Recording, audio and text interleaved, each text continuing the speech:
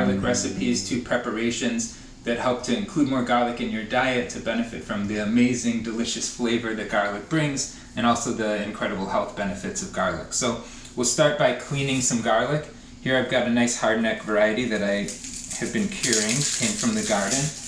I'm going to save all the peels that we can use for a stock, or we can compost.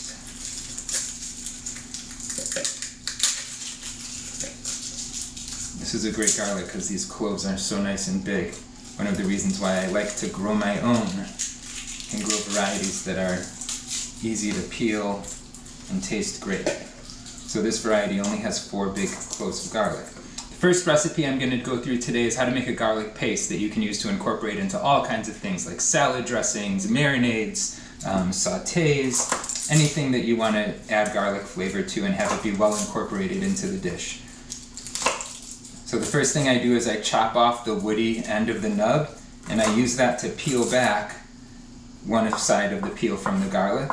Then I give it a quick, gentle little smash that loosens the skin. And then I'll use the end of my knife, the dull side of my knife, to help kind of, if I grab the tip, I can just peel away the gum.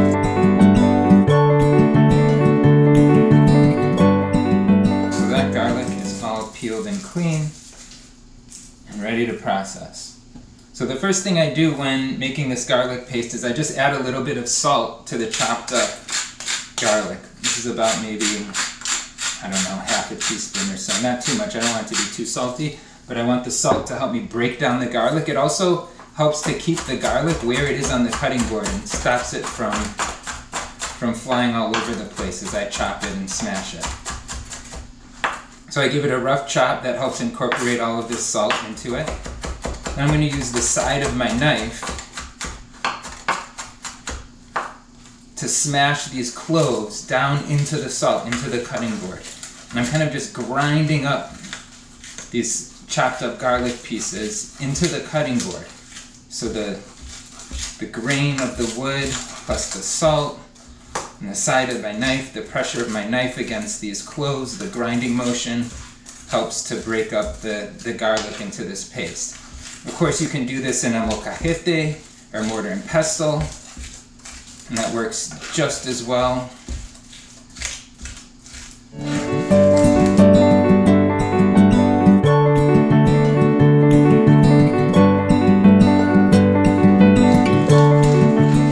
Alright, and here you can see it's made this really nice, juicy, salty garlic paste.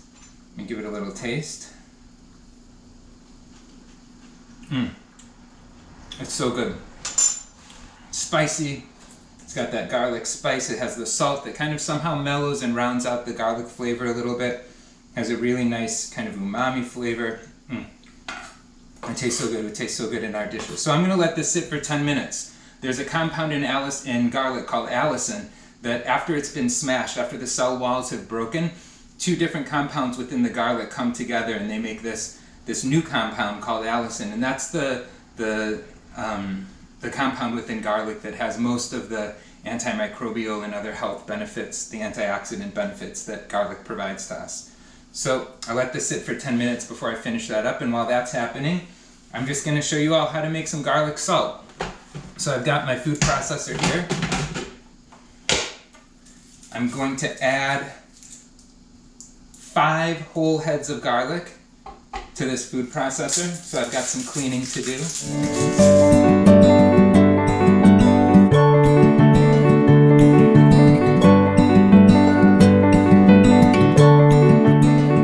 As they're peeled, I'll toss them right on into the food processor. And you don't have to worry about getting every little piece of skin either. The little guys will get chopped up and incorporated right into our garlic salt. The reason I love making this garlic salt rather than just buying garlic salt from the store or mixing it up with garlic powder is it gives you so much delicious garlic flavor. When we roast it and dry it in the oven, it gets kind of a sweet roasted garlic flavor that is so good mixed with the salt incorporated into any of your meals. It's great topping all kinds of things with it. Whenever you roast vegetables, roast meat, whenever you're serving things at the table, corn or rice, sprinkling a little of the homemade garlic salt on it just tastes so fantastic.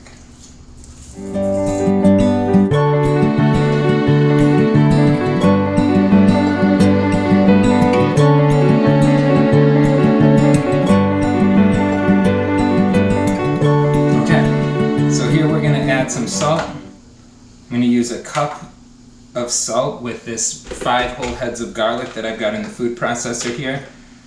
So as I measure it out,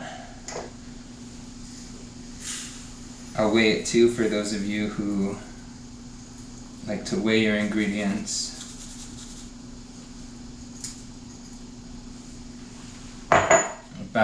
This is about 269 grams of salt. I'll add that cup in.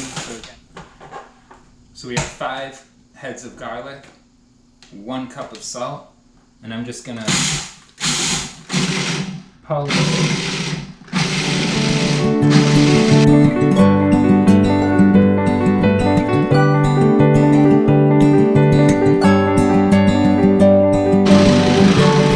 All right, this is looking great. Now, we take a baking sheet,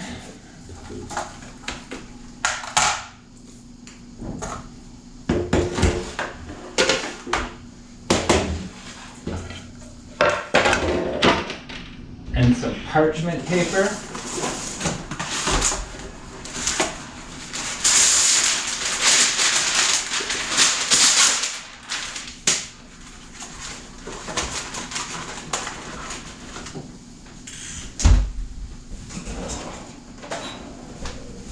and we're just going to add the salt, garlic mix, the garlic powder, the garlic salt mix, straight to the parchment paper. You can see it's a really thick paste.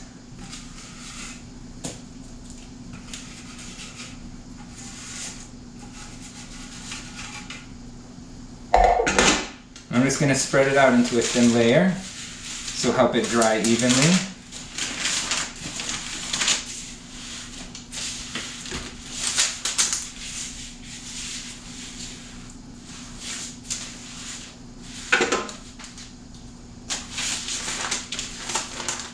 So now we have a nice, smooth, even smear of the garlic paste. I'm going to add it to the oven now. My oven goes down to 170 degrees. So I'll put it in its lowest setting. We'll check it after about an hour, give it a little stir so it dries evenly, and let it cook down let it dry until it's like really, really dry, and then we'll blend it up. We'll see what it looks like.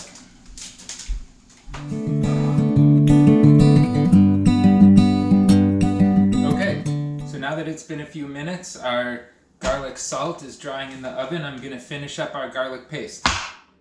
Normally you only have to wait about 10 minutes to get this part of the recipe going. You can also do it right away if you don't want to wait for the 10 minutes for the allicin to form. At this point I add some oil. This is plain old olive oil.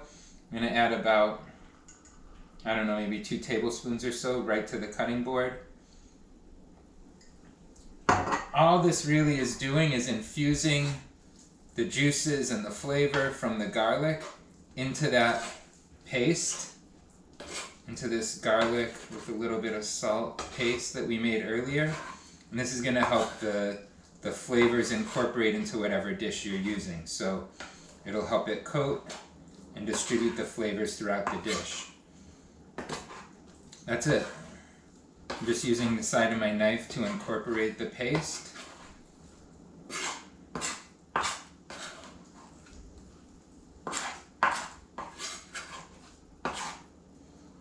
This looks great. So here we've got this nice oil garlic salt paste. Just add it to a little ramekin here.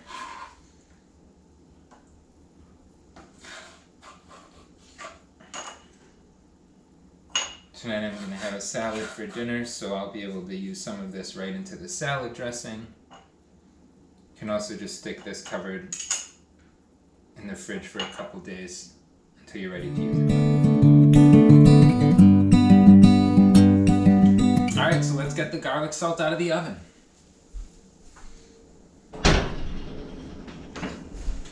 It's been about an hour so far. It's kind of strange, the garlic has turned a little bit green. I don't remember this happening to me before when I made this the last time, but we'll see how it changes as it develops. Maybe it'll turn golden. In the past when I've made this before, it's finished up golden. Maybe it turned green because some of the garlic that I cut up was sprouting. And there's maybe some chlorophyll in it. I really don't know. I really don't know why this is turning this pale shade of green, but it's okay. My whole house smells delicious. It smells just like garlic. Roasting kind of smells like garlic bread, actually. So I'm just continuing to mix this up so that it dries evenly, spreading it out. It's not too hot, just my oven isn't set too high. It might dry a little faster if I raise the temperature up, but it's okay. We'll do low and slow with this today.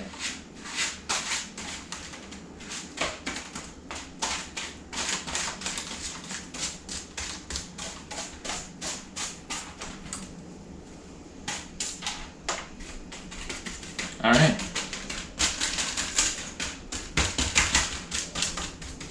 Back in the oven. Still has maybe another hour to go. Let's see how it turns out.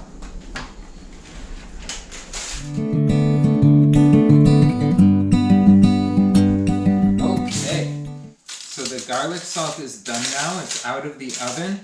You can see it doesn't have this green color anymore. It's this beautiful golden brown. We're going to add it back into the blender, into the food processor, because we want it to be totally ground up, just like normal garlic salt would be.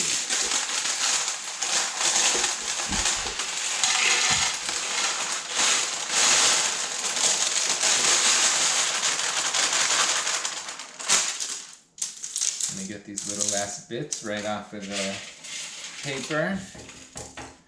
Alright, let's check it out. Here we go.